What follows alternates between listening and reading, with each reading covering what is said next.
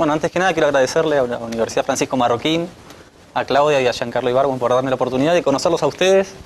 Sí, mi idea con este curso, más allá de contarles un poco sobre quién es Huerta de Soto, cuáles son sus contribuciones y aportes más importantes a las ciencias sociales en general, es decir, a la economía, al derecho, a la política, a la historia del pensamiento económico. Mi idea es más bien conocerlos a ustedes y ver qué reflexiones tienen de las contribuciones del profesor Huerta de Soto. Si yo ahora en esta una hora quizás me tome para resumir un poco los aportes del profesor Huerta de Soto, pero luego lo más importante creo que son las reflexiones que surgen a partir de estos escritos. A modo de aclaración, si bien, bueno, yo no soy español, si bien estudié en la Rey Juan Carlos con el profesor Huerta de Soto, y quizás tengo más influencia de Gabriel Zanotti, Martín Krause, Alberto Venegas Lynch hijo, Juan Carlos Kachanowski, entre otros profesores argentinos que ustedes conocen porque han venido aquí en reiteradas oportunidades. Bueno, yo hablo muy rápido, así que si ven que me excedo, les pido que me avisen, así aflojo un poco.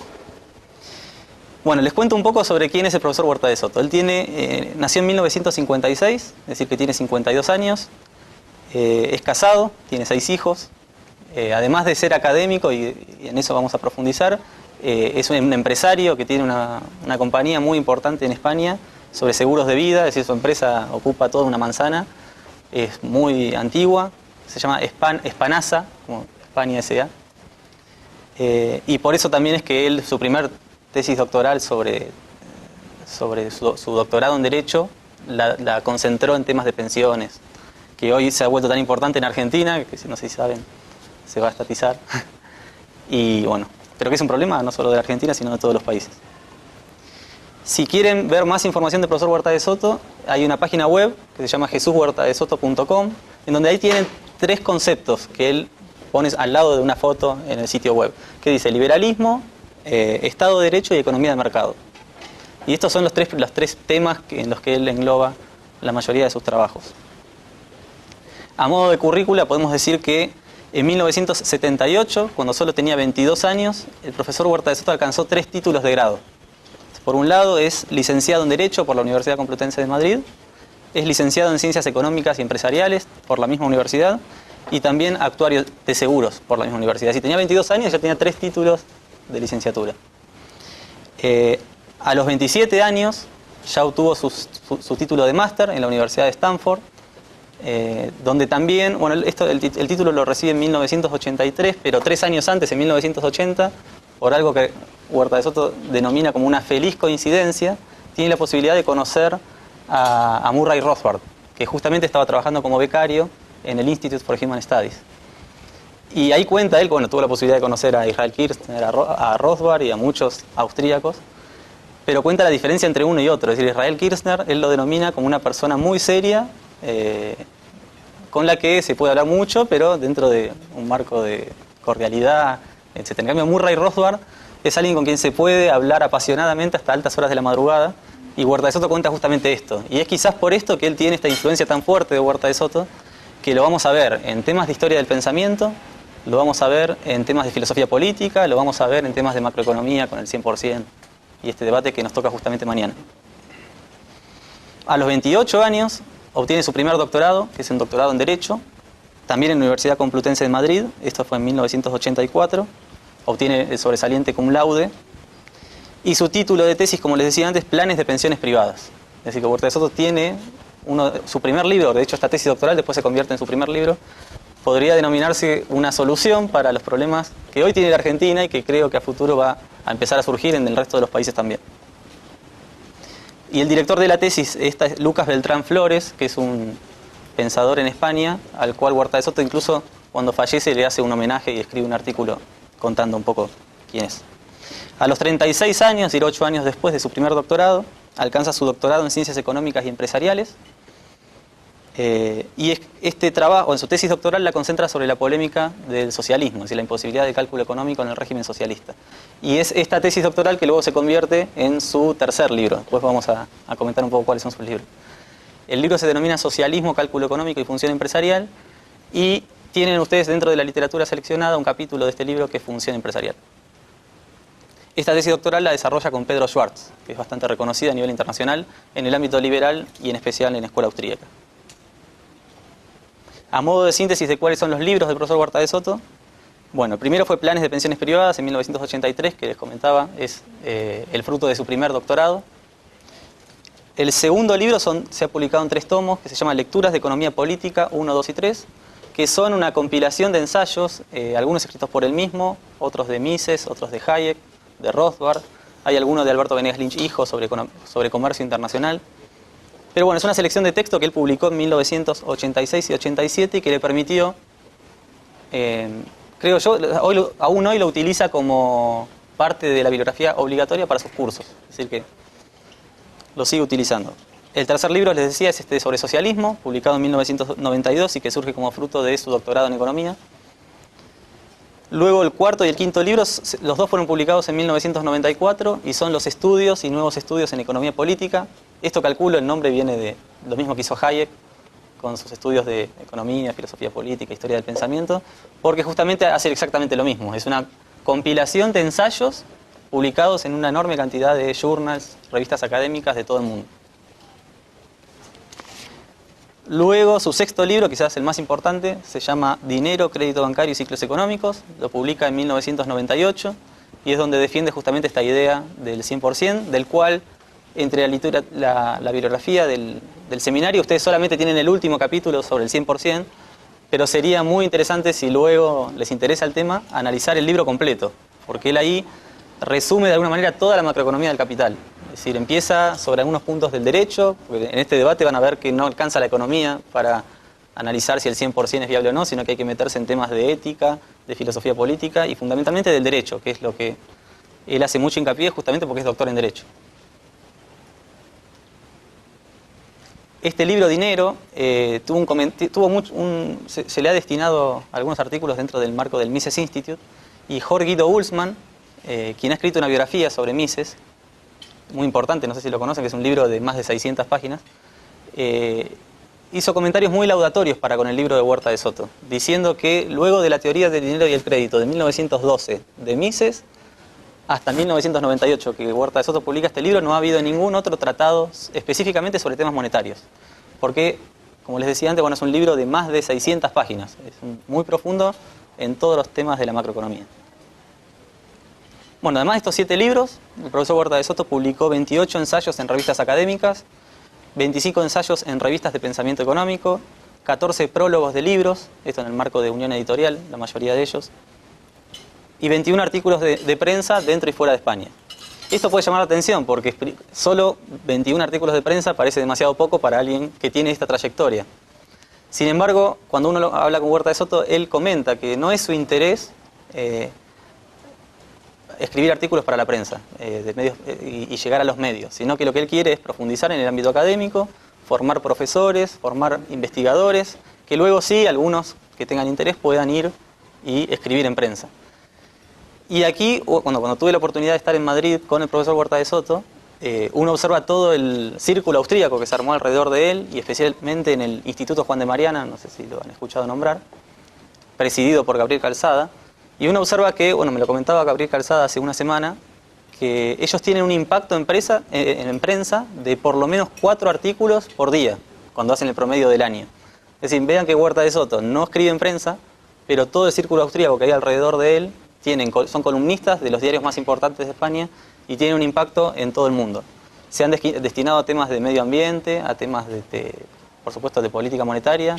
En Libertad Digital pueden ver a Paco Capella, por ejemplo, o a Gabriel Calzada, que escriben muchas veces, también a Juan Ramón Rayo, entre otros.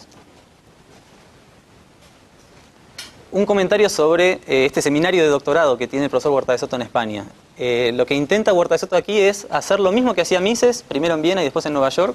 Él lo lleva a España, a Madrid. Y es un seminario de doctorado donde los alumnos están sentados en una situación muy similar a esta.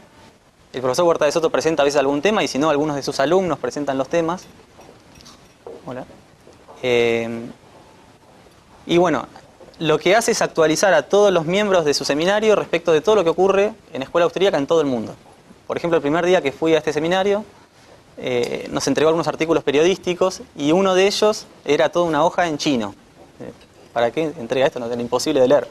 Pero era porque la acción humana había sido traducida al chino había salido en todos los medios como un libro de economía, un tratado de economía, y él nos ponía al tanto sobre todo esto. Es decir, y esto todos los días, así que una vez por semana, creo que son los miércoles de 7 a 9 de la noche, el profesor Huerta de Soto nos introduce en todo lo que ocurrió en esa semana, o sea, sobre libros nuevos publicados, sobre artículos en journals, sobre seminarios o congresos que se organizan en cualquier lugar del mundo. Él está tan bien vinculado, hoy en día es más fácil por internet, pero esto hace unos años tenía todavía mucho más valor, que los ponía al día. Y al mismo tiempo se debate en un ambiente científico muy profundo. Es decir, los alumnos de Huerta de Soto habrán visto, con Paco, que estuvo creo la semana pasada, o María Blanco o Gabriel Calzada, a quienes conocieron aquí en La Marroquín, que tienen un nivel académico muy importante y obedece principalmente a lo que es el seminario de doctorado de Huerta de Soto. A modo de ver la carrera docente del profesor Huerta de Soto, bueno, esto comienza en 1979, cuando tenía 23 años, es decir, un año después de haber terminado las 3 licenciaturas que les comentaba antes, y lo hace como ayudante en la Universidad Complutense de Madrid. 6 años después ya se convierte en catedrático de la Universidad Complutense, donde permanece hasta el año 2000, es decir, por 15 años estuvo en la Universidad Complutense de Madrid y mucha gente lo conoció dentro del marco de la Universidad Complutense. Pero luego en el año 2000 abandona el cargo para pasar a ser catedrático de la Universidad Rey Juan Carlos, desde donde está ahora y donde ha logrado desarrollar un máster en economía austríaca oficial europeo, ha logrado desarrollar un doctorado en economía aplicada, entre otras cosas.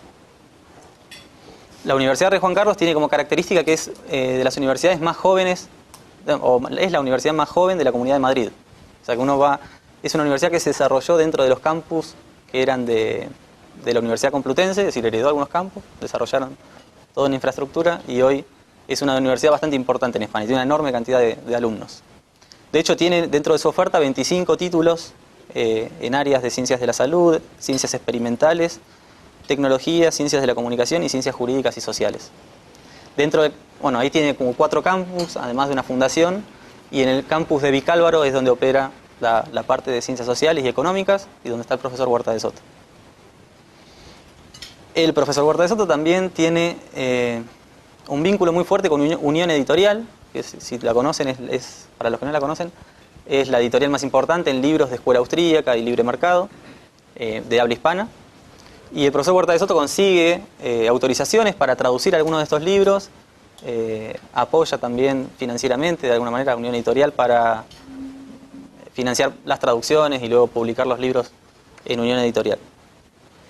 En el marco también con Unión Editorial y con la Universidad Rey Juan Carlos se publica ahora una revista académica nueva que se llama Procesos de Mercado, donde hay 2 características principales. Primero, que es una revista multidisciplinar, es decir, ahí van a encontrar artículos sobre el derecho, sobre las ciencias políticas, la filosofía, la economía, es decir, bien siguiendo la tradición de la escuela austríaca.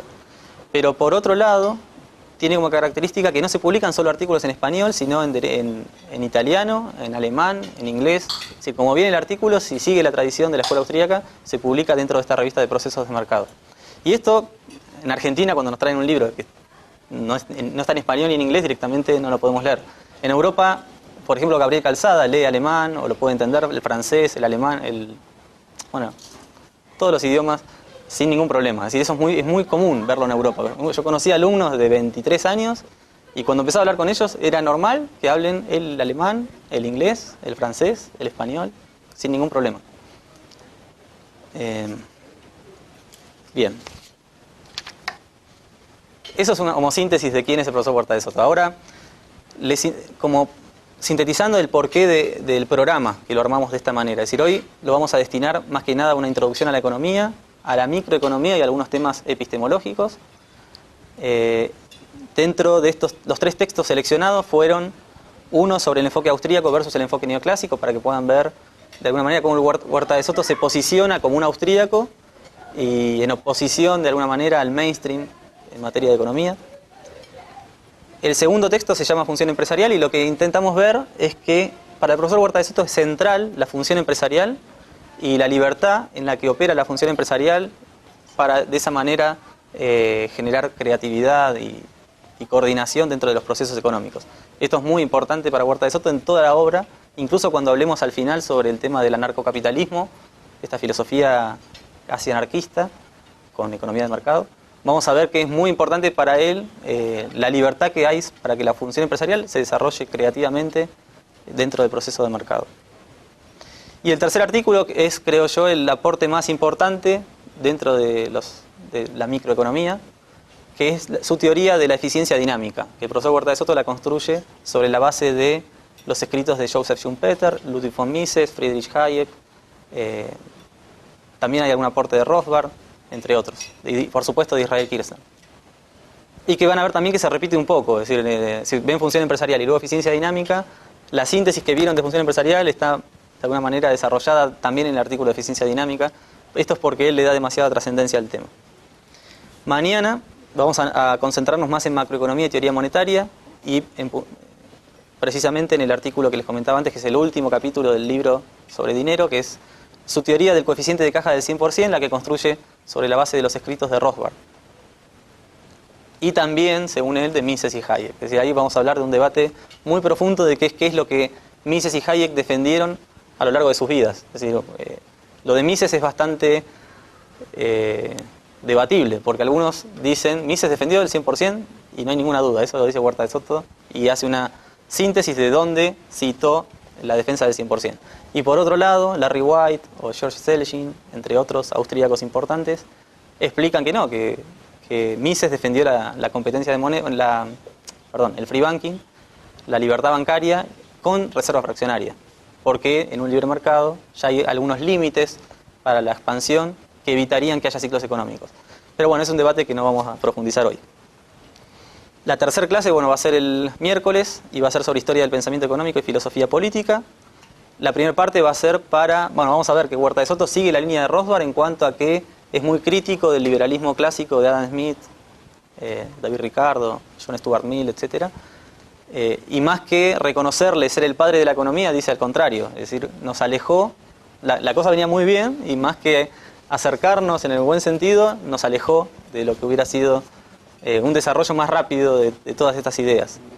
Entonces, descalificando primero a Adam Smith y no reconociéndole lo que sería sus aportes a la tradición del orden espontáneo, que fue tan importante en Hayek, en Mises y en tantos autores austríacos, él es más reacio a admitir estos aportes y se focaliza más en una línea que viene de más atrás, es decir, de los escolásticos españoles, o la Escuela de Salamanca en particular, a través de Juan de Mariana y otros escolásticos que vamos a ir viendo. Como que en ellos ya estaban muy claras muchas de las ideas que luego Menger desarrolla y a partir de él toda la tradición de la escuela austríaca. De hecho, llega a decir Huerta de Soto que más que escuela austríaca deberíamos hablar de la escuela española. Así que eso lo dice en la universidad y todos sus alumnos les gusta más todavía, si saben que la tradición que le está enseñando nació justamente en su país. Y en ese mismo día, el miércoles, vamos a hablar también de este debate entre liberales y anarcocapitalistas, que es un debate muy interesante y que de alguna manera hoy ha dividido a la escuela austríaca. Si uno va al Mises Institute, Joseph Salerno, Jorge Guido Boltzmann, Hans Hermann Hoppe, entre otros Walter Block y muchos otros, defienden esta idea anarcocapitalista de dar un paso más y decir, antes Mises y Hayek restringían la función del Estado solo a temas de seguridad, justicia, y ellos creen que el mercado puede dar también este servicio. Es decir, que directamente se podría desplazar el Estado y darle lugar al mercado sin ningún problema. Esto, por supuesto, ha generado muchos debates porque incluso va en contra de gran parte de la tradición austríaca.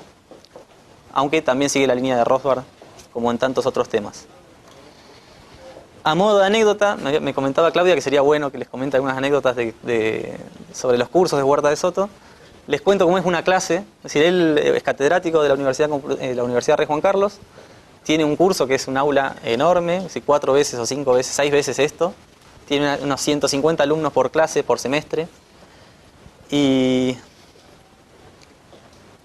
bueno, es una persona que no utiliza para nada el pizarrón, que no se sienta nunca, va corriendo, saltando y hace lo que sea necesario para que el alumno entienda y no se olvide los puntos que quiere exponer. Es decir, cuando le ha tocado dar una conferencia en un pupitre y no tener que moverse de ahí, le ha costado muchísimo y es como que a cada rato uno lo ve que tiende a salirse de ahí para empezar a hacer las cosas que hace en la Rey Juan Carlos y por supuesto no puede hacerla, entonces está como contenido y no es lo mismo. Si ustedes cuando venga aquí tienen la oportunidad de que dé un curso en un aula muy grande para que se pueda desplazar, él se va a sentir mucho más cómodo.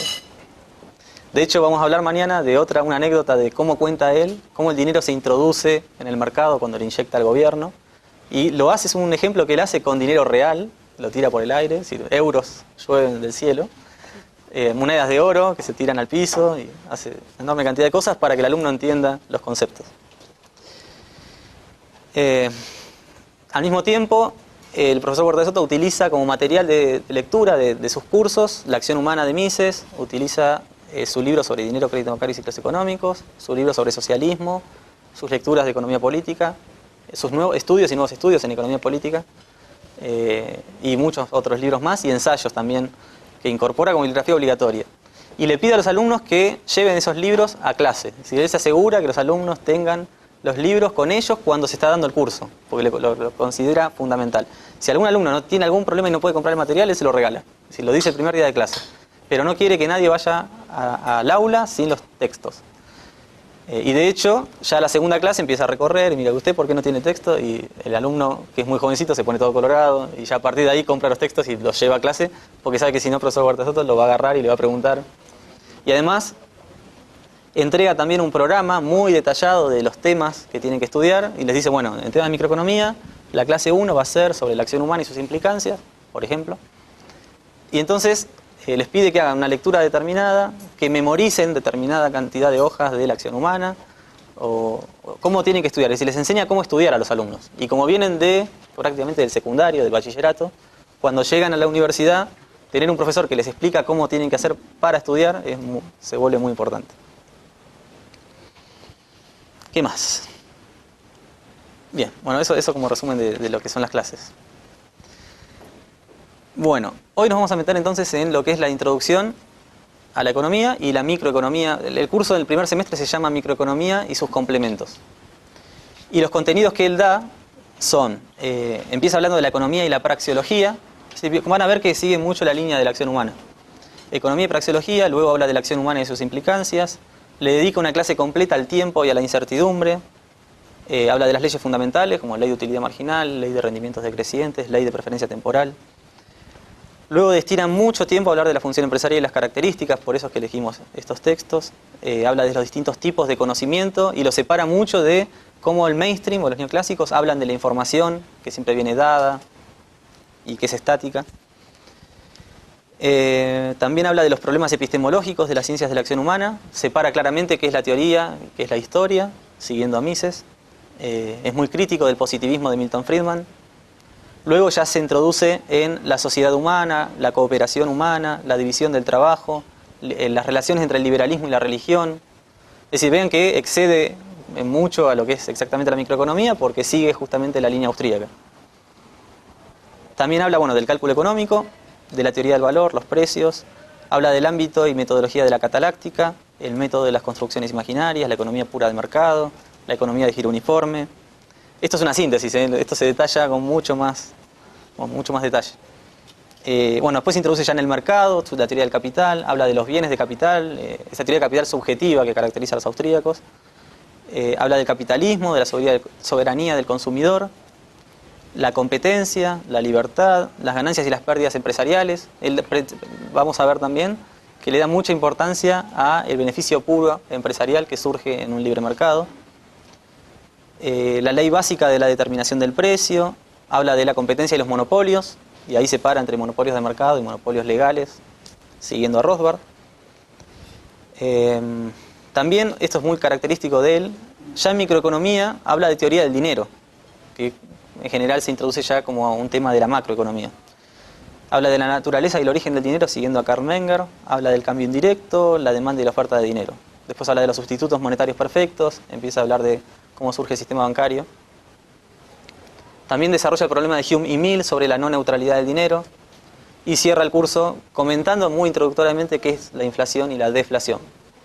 Eso es como que da pie para arrancar ya el segundo semestre del año con todo lo que es la macroeconomía.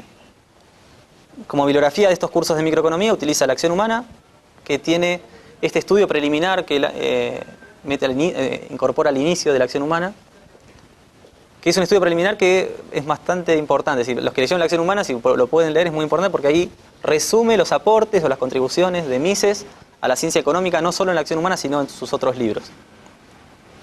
También utiliza su libro Socialismo, Cálculo Económico y Función Empresarial, pero solo hasta el capítulo 2, que es lo que vamos a ver hoy, y luego las lecturas 1, que son artículos varios compilados.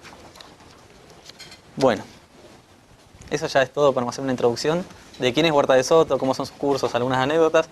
Ahora ya nos metemos en lo que son las lecturas seleccionadas, y primero en lo que es este capítulo 1 de sus nuevos estudios en economía política, donde él caracteriza al Methodenstreit, o el enfoque, y hace esta comparación entre el enfoque austríaco y el enfoque neoclásico en la ciencia económica. Cuenta en el comienzo de este artículo que el artículo surge porque Gary Becker, Premio Nobel de Economía, le pidió si podía escribir una síntesis para presentar en la mesa redonda de la Mont Pelerin Society de 1996 en Viena, donde él iba a poder debatir sobre las diferencias entre la escuela austríaca y la escuela neoclásica, y yo consideraba que era importante comenzar con este artículo porque es una forma de ver resumidamente temas de microeconomía en comparación con el mainstream, y además introduce también ahí lo que son las polémicas más importantes de la tradición austríaca, es decir, ya con Gustav Schmoller versus Menger, allá por 1871, y luego, todos los debates que en un momento vamos a recorrer. Bueno, les decía, hay 17 puntos en estos cuadros.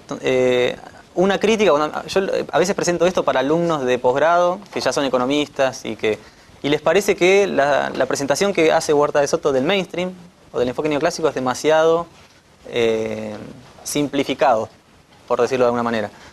Vamos a ver que en algún sentido lo es, pero también es bastante ilustrativo de lo que podemos... Bueno, ahora nos vamos a introducir en eso. Bueno, estos 9 puntos resumidos, en primer lugar, él habla de la teoría de la acción de los austríacos frente a la teoría de la decisión de los neoclásicos. Y comienza citando a Lionel Robbins cuando habla o define qué es la economía, y la cita como diciendo, la economía es la ciencia que estudia cómo asignar los recursos escasos a fines que son ilimitados. Y de esta manera, Huerta de Soto explica que, definida así la economía, pareciera que es estática y no dinámica, como vamos a ver después. De hecho, para Huerta de Soto, en la página 31 de este capítulo, define que el problema económico fundamental para los austríacos es otro bien distinto. Dice: estudiar el proceso dinámico de coordinación social en el que los diferentes individuos empresarialmente generan de manera continua nueva información que jamás está dada al buscar los fines y los medios que consideran relevantes en el contexto de cada acción en que se ven inmersos, estableciendo con ellos, sin darse cuenta, un proceso espontáneo de coordinación. Es decir, esta es la definición que él da para la economía y que lo hace siguiendo a Hayek. En segundo lugar, el profesor Huerta de Soto separa lo que es el subjetivismo austríaco frente al objetivismo neoclásico. Dice, para los austríacos la concepción subjetivista consiste en el intento de construir la ciencia económica partiendo siempre del ser humano real de carne y hueso. Es decir, algo que caracteriza a la escuela austríaca es la realidad de los supuestos. Algo que caracteriza al mainstream es la irrealidad de los supuestos. Es decir, cuando uno analiza un enfoque y otro, suponer información completa.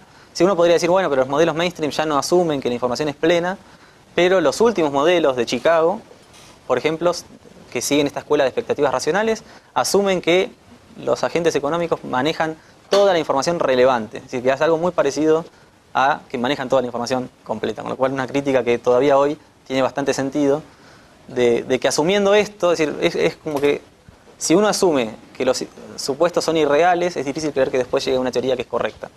Los austríacos prefieren partir del ser humano de carne y hueso y analizar todo el proceso social a partir de ese primer punto. El tercer punto es el empresario austríaco frente al Homo economicus neoclásico. Y aquí la escuela austríaca hace mucho hincapié en la función empresarial, e incluso cuando habla de las señales del mercado, habla de los precios, habla de la tasa de interés y fundamentalmente de las ganancias y las pérdidas. Las ganancias son, de alguna manera, un premio al empresario que hace bien las cosas. Las pérdidas son un castigo al que hace mal las cosas. Si no introducimos la función empresarial como algo esencial dentro de la economía, entonces es muy difícil ver cómo funciona el proceso de mercado y entender cómo funciona el mundo. Mientras que en el Homo economicus o en el sistema del mainstream, uno observa que la función empresarial está totalmente ausente, y más que nada en la microeconomía. Por ejemplo, si ustedes toman el libro de microeconomía avanzada de Varian, o de microeconomía superior de Varian también, van a ver que la función empresarial está totalmente ausente. Si cita 4 veces la empresarialidad, pero en un contexto de equilibrio y de estático, que lo hace muy difícil ser introducido. De hecho, son funciones de producción más que empresarialidad como la conciben los austríacos. Una cuarta diferencia es la posibilidad de error empresarial puro de los austríacos frente a la racionalización a posteriori de todas las decisiones neoclásicas. Y aquí, bueno, podemos hablar de... los austríacos separan ex ante de lo que es ex post. Es decir, ex ante, una persona toma un curso de acción y espera que determinados medios lo lleven a alcanzar determinado fin, que solo ex post puede verificar si esto ha sido así o no. Es decir, que da lugar a la incertidumbre. En el enfoque neoclásico, la incertidumbre prácticamente no existe, aunque de alguna manera ahora se está empezando a introducir. Joseph Stiglitz recibió el premio Nobel hace poco por las asimetrías de la información, pero hay un artículo muy bueno de Stephen Thompson en Libertas 11, una revista académica de SEADE, donde se puede ver el tratamiento de Stiglitz como algo muy distinto al tratamiento que Hayek hace de la información, o de lo que son las asimetrías de la información. Luego está la información subjetiva de los austríacos frente a la información objetiva de los neoclásicos. Esto también lo vamos a ver más adelante cuando hablemos de la función empresarial. Pero bueno, en el enfoque austríaco son constantes generadores de nueva información que tienen un carácter subjetivo, práctico, disperso y difícilmente articulable. Es decir, esto tiene mucho que ver con la caracterización que Huerta de Soto, tomando a Israel Kirchner, Hayek y otros austríacos, hace de la función empresarial. El sexto punto es el proceso empresarial de coordinación de los austríacos frente a los modelos de equilibrio general y parcial de los neoclásicos. Y acá hay un punto muy importante en Huerta de Soto, porque si bien la mayoría de los... Bueno, hay un debate austríaco que es... no existe el equilibrio, no estamos en equilibrio, pero sí tendemos a llegar a él. Luego hay algunos economistas austríacos, como Ludwig Lachmann, que dice que más que una tendencia al equilibrio, hay un proceso en el que por momentos nos acercamos, por momentos nos alejamos, pero no es tan claro esa tendencia que ven algunos economistas austríacos. El profesor Huerta de Soto, sin embargo, en la página 31, en el pie de página 13 de este artículo, es muy interesante una cita que hace porque él prefiere no hablar de equilibrio directamente. No es que él habla de una tendencia al equilibrio, él prefiere desterrar el concepto de equilibrio de la ciencia económica. Y les leo rápidamente esta cita. Dice: mis colegas de la escuela austríaca suelen referirse a que los procesos empresariales llevan el sistema hacia el equilibrio. Si bien reconocen que este nunca se alcanza, yo más bien prefiero hablar de un modelo distinto, que he calificado de Big Bang social, que permite el crecimiento sin límite del conocimiento y la civilización de una forma tan ajustada y armoniosa, es decir, coordinada, como sea humanamente posible en cada circunstancia histórica. Esto es así porque el proceso empresarial de coordinación social jamás se detiene ni agota. Es decir, el acto empresarial consiste básicamente en crear y transmitir nueva información que por fuerza ha de modificar la percepción general de objetivos y medios de todos los actores implicados en la sociedad. Esto a su vez da lugar a la aparición sin límite de nuevos desajustes que suponen nuevas oportunidades de ganancia empresarial que tienden a ser descubiertas y coordinadas por los empresarios. Y así sucesivamente en un proceso dinámico que nunca se termina y que constantemente hace avanzar la civilización.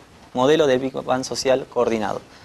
De hecho, en el estudio preliminar que él hace de la acción humana, también en un pie de página es muy crítico de los conceptos estas nociones de equilibrio. El punto 7 es el carácter subjetivo de los costos que los costos tienen para los austríacos frente al coste objetivo de los neoclásicos. Esto tiene mucho que ver con que la ley de utilidad marginal ha sido aplicada por el mainstream solo a la curva de demanda y no a la curva de oferta. Y no a la curva de oferta justamente porque tienen una visión objetiva de los costos. Mientras que para los austríacos la ley de utilidad marginal se aplica a la curva de demanda, se aplica a la curva de oferta, y también habrán visto que se aplica, por ejemplo, al dinero, es decir, al dinero mercancía, como lo hace Mises en la acción humana. La octava diferencia, ya la anteúltima, es que el formalismo verbal de los austríacos frente a la formalización matemática de los neoclásicos. Si los austríacos continúan la tradición de los clásicos de hacer un tratamiento de una lógica verbal, donde se puede introducir sin ningún problema la dinámica del proceso social, mientras que en el mainstream es muy importante la formalización matemática que parte allá por Cournot, antes incluso de la Revolución Marginal, y luego a través de Stanley Jevons y Leon Walras.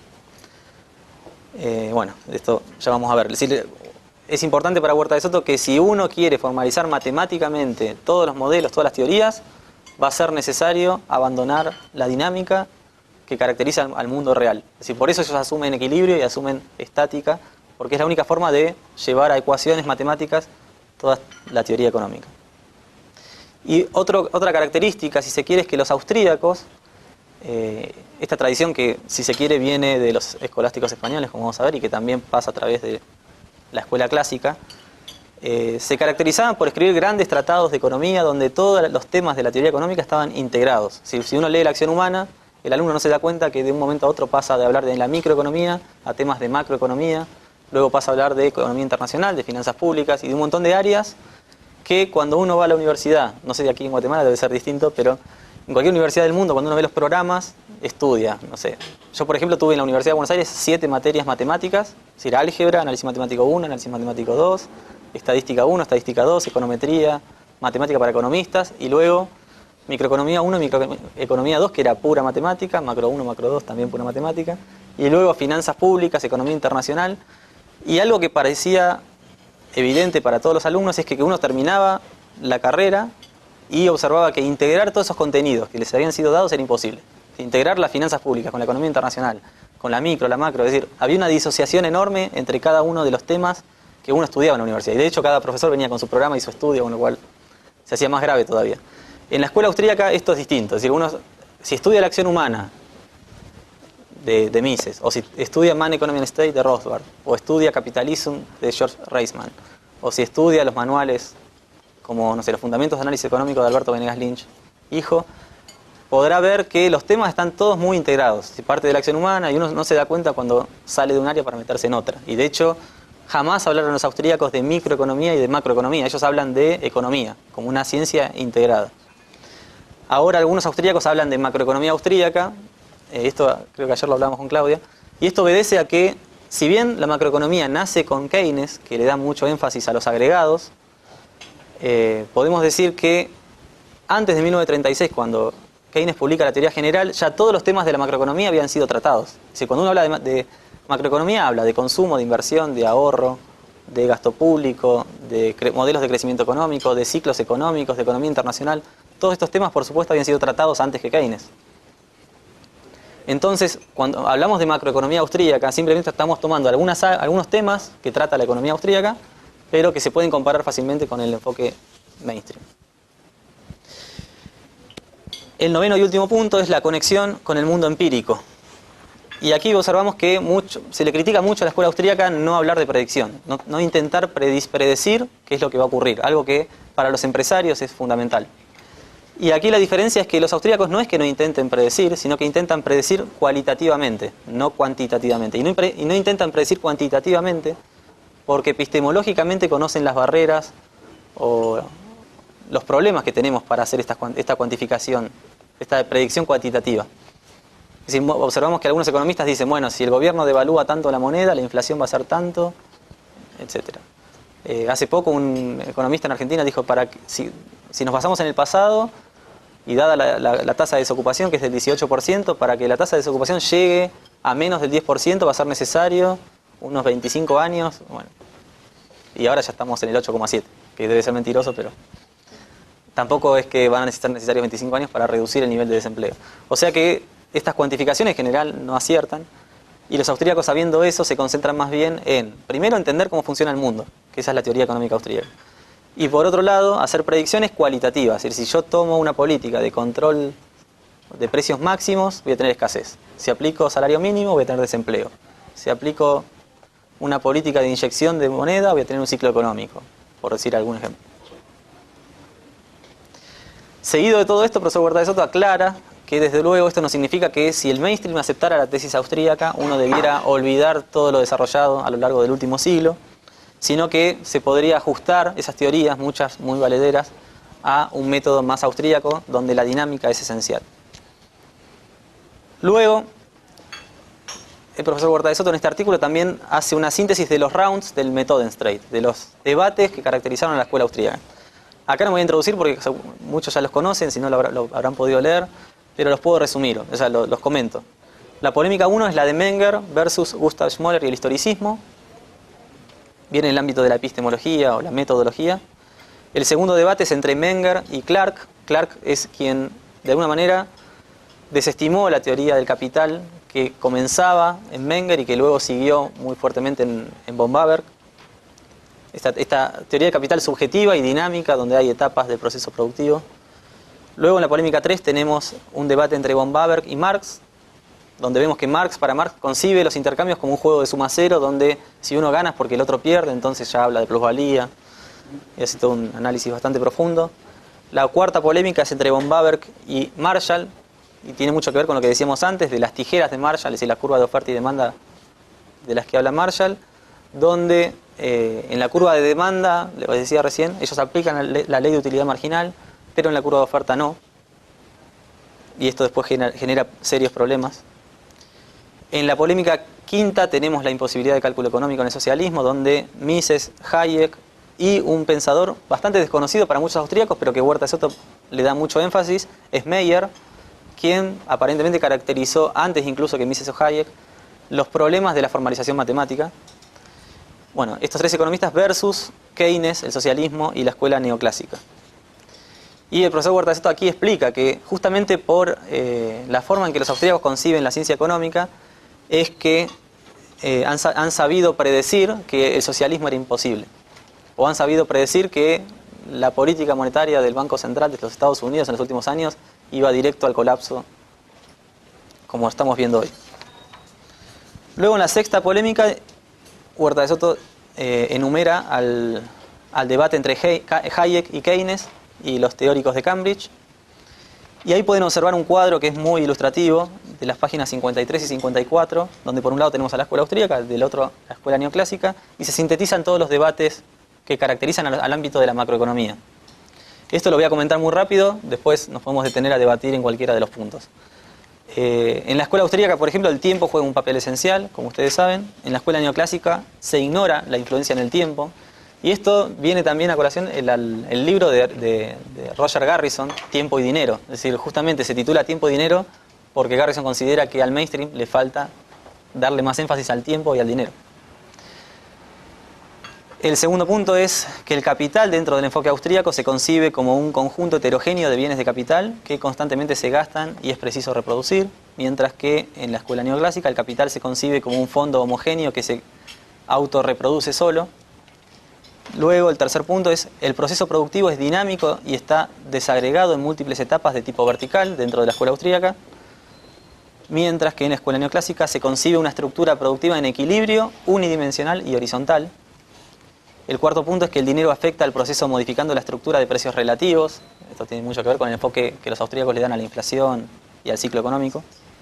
Mientras que en el enfoque mainstream, ellos hablan de que el dinero afecta a un nivel general de precios y jamás se detienen a hablar de los precios relativos. Esto puede ser debatible porque hay algunos monetaristas que sí dan énfasis a los efectos más que nada de corto plazo, pero no de largo plazo. Quinto, tenemos Huerta de Soto, la escuela austríaca explica los fenómenos macroeconómicos en términos microeconómicos. Esto tiene mucho que ver con lo que decíamos antes, de que hay una integración completa de este enfoque. Mientras que en la escuela neoclásica los agregados macroeconómicos impiden analizar las realidades microeconómicas subyacentes. Punto 6. La escuela austríaca dispone de una teoría sobre las causas endógenas de las crisis económicas que explica su carácter recurrente, mientras que la escuela neoclásica carece de una teoría endógena de los ciclos. Las crisis se producen por causas exógenas como las psicológicas y errores de política monetaria. En el punto 7, los austríacos disponen de una elaborada teoría del capital, que de hecho es central en todos los ámbitos, en todo el ámbito de la macroeconomía, mientras que para Huerta de Soto la escuela neoclásica carece de la teoría del capital.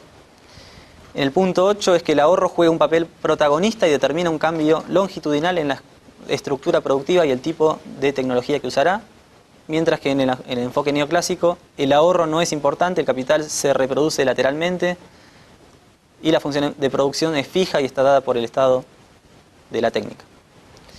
El punto 9 es que la demanda de bienes de capital varía en dirección inversa a la demanda de bienes de consumo.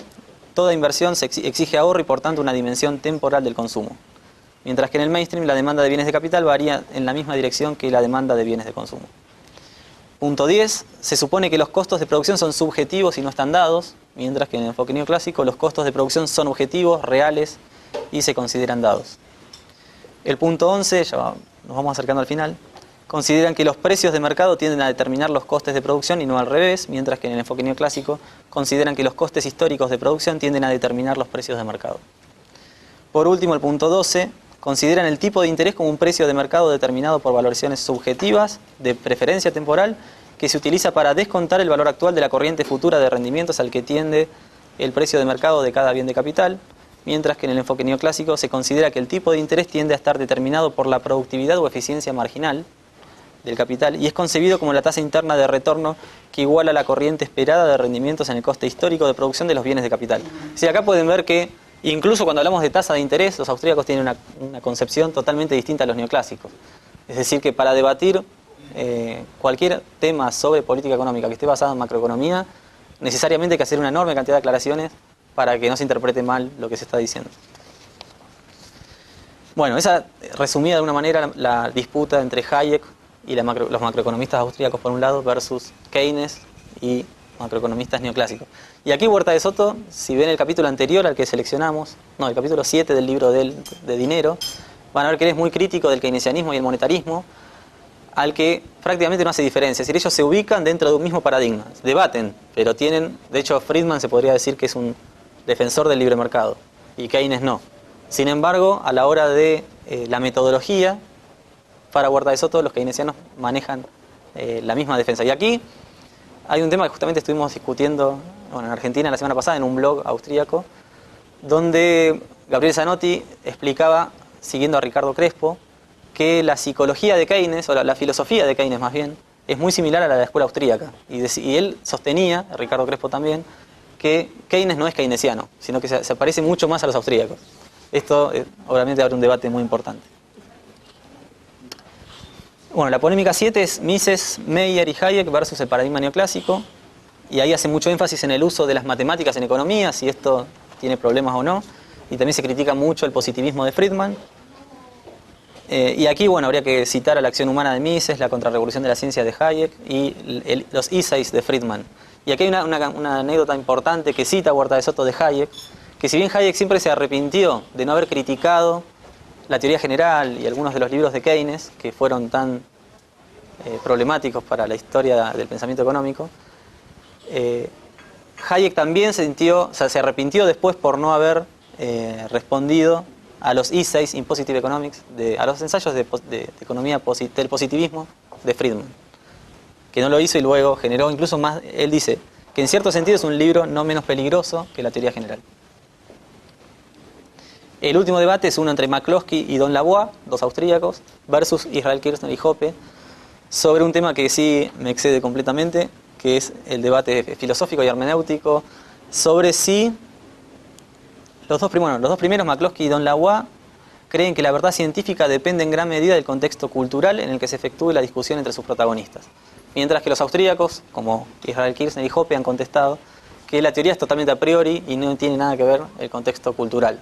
Y esto genera un debate inmenso, porque uno habla de los precios, uno puede hablar de los precios hoy, en este mundo moderno. Si hablara de los precios 300 años antes de Cristo, donde sería mucho más, o incluso en una sociedad de trueque donde no hay moneda, sería más complicado. La teoría tiene validez igual, pero uno no puede dejar de lado el contexto cultural.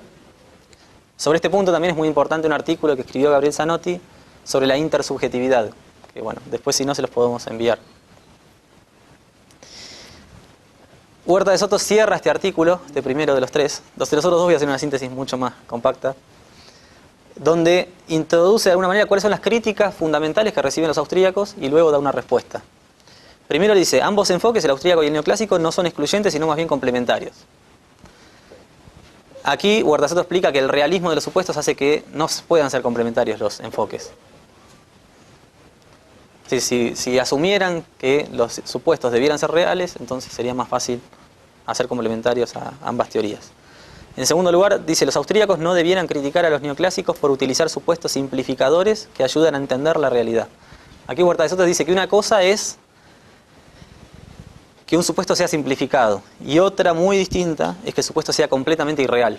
Si es irreal, directamente nos va a llevar a conclusiones erróneas. Que sea simplificado hasta es bienvenido, porque de hecho lo que uno intenta es simplificar una teoría y de hecho toda teoría económica se da en un marco de ceteris paribus, es decir, uno asume que todo lo demás está constante y dice tal política tiene tal efecto, esa es la teoría. Pero asumir supuestos irreales lleva a problemas serios. En tercer lugar, tenemos que los austríacos fracasan a la hora de formalizar sus proposiciones teóricas. Aquí Huerta de Soto dice que los economistas austríacos no consideran una virtud formalizar las teorías, sino que lo consideran un problema muy serio, un vicio, dice él, más que una virtud. El cuarto punto, los austríacos producen muy pocos trabajos de tipo empírico.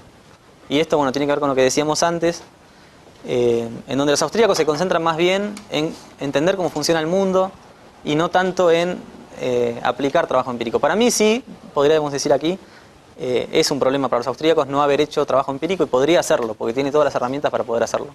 Quizás habría que desarrollar un nuevo sistema de cuentas nacionales que sea más compatible con el enfoque austríaco, pero es algo en lo que deberíamos trabajar y de hecho hay muchos economistas en el Mises Institute y fuera de él que están trabajando en desarrollar más teoría empírica. De hecho ya hay, bueno, tenemos el análisis sobre la Gran Depresión de Rothbard, escrito en 1963, es America's Great Depression, que ese todavía no se tradujo al español. Y luego tenemos ahora muchos trabajos sobre lo que ocurrió en Japón, que entró en una crisis tremenda y que por 20 años todavía no ha podido salir. Y hoy tenemos muchos trabajos empíricos que han, de alguna manera, anticipado la Gran Depresión que estamos viviendo. Los austríacos renuncian a la predicción en el ámbito de la economía. Bueno, decíamos antes, no es que renuncien a la predicción, sí renuncian a la predicción cuantitativa. Pero los pattern predictions de Hayek dan lugar a predicciones cualitativas. La sexta crítica es: los austríacos carecen de criterios empíricos para validar sus teorías. Y aquí Huerta de Soto, siguiendo a Menger y a Mises, explica que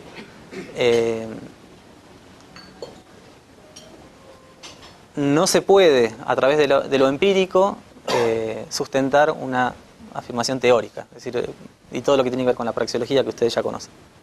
Y la última es una acusación del dogmatismo que se le hace a los austríacos, como son dogmáticos y listo. Y aquí Huerta de Soto cita a un libro de Bruce Caldwell, donde él se pregunta, dice, ¿cuáles son las razones que están detrás de esta casi anticientífica respuesta a la praxeología? Es decir, descartan la praxeología, pero no con argumentos serios o científicos, sino por calificarla directamente como un dogma. Y dice Caldwell, el capital humano de la mayoría de los economistas se vería drásticamente reducido y devendría obsoleto si la praxeología se hiciera operativa en la disciplina con carácter general. Es decir, esto es una razón que, si uno aceptara la praxeología y la teoría austríaca, los economistas que hoy trabajan en el Fondo Monetario Internacional, Banco Mundial o en el enorme cantidad de universidades tendrían que volver a estudiar economía. Es decir, esto... Bueno, con eso cerramos el primer artículo, hago una síntesis muy rápida de los otros dos y ya nos introducimos a debatir. Y prometo también que las clases de mañana y pasado va a ser una síntesis todavía más reducida. Bueno, el libro Socialismo, Cálculo Económico y Función Empresarial es muy importante para el profesor Huerta de Soto. Primero hace esta síntesis de la función empresarial, pero luego el capítulo 3, que no introdujimos aquí por falta de espacio, es sobre el socialismo. Y vemos que en el capítulo 3 de este libro que ustedes no tienen, el profesor Huerta de Soto define el socialismo como todo sistema de agresión institucional al libre ejercicio de la función empresarial. Y por agresión o coacción hemos de entender toda violencia física o amenaza de violencia física que se inicia y ejerce sobre el actor por otro ser humano o grupo de seres humanos. Como consecuencia de esta acción, la persona, que de otra forma habría ejercido libremente su función empresarial, en evitación de mayores males, se ve forzada a actuar de una manera distinta a como habría actuado en otras circunstancias, modificando por tanto su comportamiento y adecuándolo a los fines de aquel o aquellos que le coaccionan. Si uno entiende el socialismo de esa manera, como toda coacción a la función empresarial, es necesario haber visto antes qué es la función empresarial. Y Huerta de Soto aquí sigue a Mises y hace una explicación en sentido amplio y luego una explicación en sentido restringido. En sentido amplio, la función empresarial coincide con la acción humana y de hecho ahí hace un análisis Huerta de Soto de todas las implicancias e incluso hace un análisis de la etimología del concepto del entrepreneur. Pero luego cuando habla de la función empresarial en un sentido restringido, él dice que para él consiste básicamente en descubrir y apreciar las oportunidades de alcanzar algún fin, o si se prefiere de lograr alguna ganancia o beneficio que se presentan en el entorno, actuando en consecuencia para aprovecharlas.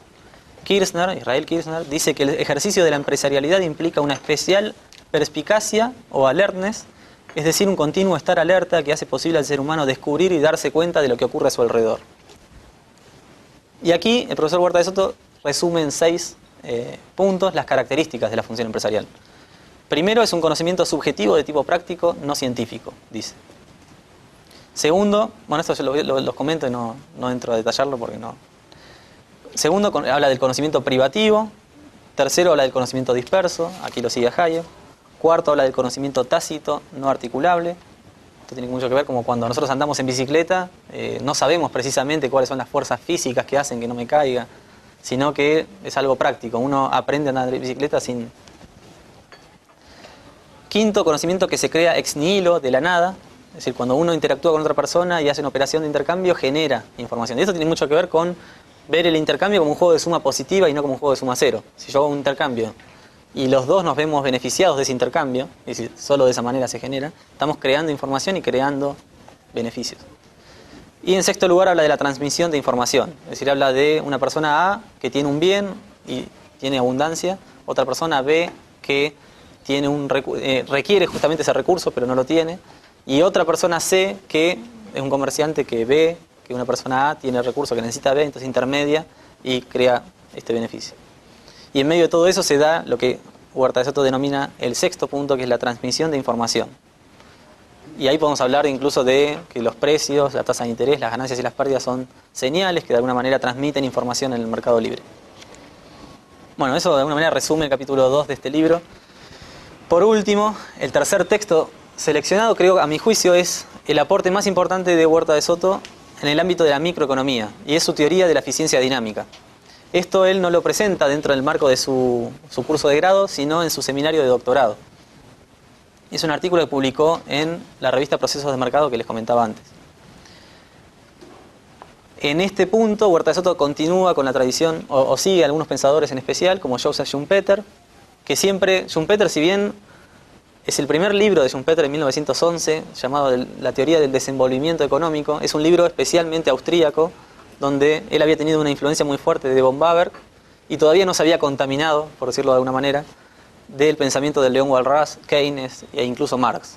Él hasta ahí era un pensador que hablaba de la creatividad empresarial, y si uno lee ese libro, es un libro no solo que es austríaco, sino que incluso introduce algunas contribuciones importantes para la empresarialidad austríaca. Y en ese libro él habla de la diferencia entre la estática y la dinámica, porque ya lo veía viendo que se daba en la ciencia económica, e incluso algunos años más tarde, en otro libro, ahora no me acuerdo el nombre, él, aún a pesar de haber dejado la línea austríaca y haber seguido una tradición distinta con Keynes y Marx, él explica que en ese punto von Baber y Menger tenían razón y que el enfoque dinámico que ellos introducían es muy superior al enfoque estático de Walras. Eso respecto de Schumpeter. También sigue la línea de Mises, Hayek e Israel Kirzner, y es crítico de enfoques estáticos, más bien de eficiencia, como el óptimo de Pareto, la eficiencia adaptativa de Douglas North o la eficiencia X de Liebenstein. En este artículo, Huerta de Soto parte incluso de Jenofonte, 380 años antes de Cristo, y donde Jenofonte ya definía la economía como un saber que permite al hombre acrecentar la hacienda. E incluso Jenofonte ya de alguna manera mostraba dos dimensiones de la eficiencia. Por un lado, la eficiencia estática, que tiene más que ver con gerenciar los recursos que ya están dados, es decir, moverse de alguna manera por debajo o hasta la frontera de posibilidades de la producción dentro de lo que se conoce en macroeconomía. Y por otro lado hablaba de la eficiencia dinámica, como la forma de crear riqueza. Es decir, Jenofonte, 380 años antes de Cristo, ya daba, introducida de alguna manera lo que se conoce como la eficiencia dinámica, y que sería visto en esa frontera de posibilidades de la producción como un desplazamiento de la frontera hacia la derecha, es decir, hacia arriba. Y ponía incluso dos ejemplos. Él hablaba de comprar tierras que no estén en muy buen estado, mejorarlas y luego venderlas a un precio mayor. Eso sería una forma de crear riqueza y sería un ejemplo de eficiencia dinámica. Y por otro lado habla de comprar trigo en un lugar donde es abundante y por ende con precios bajos, y venderlo en otro lugar donde escasea y lo puede vender a precios más altos. Ese proceso de comercio de intermediador sería también un ejemplo de eficiencia dinámica. Y bueno, este concepto que parte en Jenofonte permanece incluso hasta San Bernardino de Siena, en la Edad Media, y recién se abandona cuando la economía adopta la metodología de la física mecánica dentro de la ciencia económica, lo cual desplaza de alguna manera este concepto complementario de eficiencia dinámica y estática. O sea, hasta ese momento era los economistas en general veían las dos dimensiones. A partir de acá se da mucho hincapié a la eficiencia estática y no tanto a la eficiencia dinámica, que se abandona con escasas excepciones.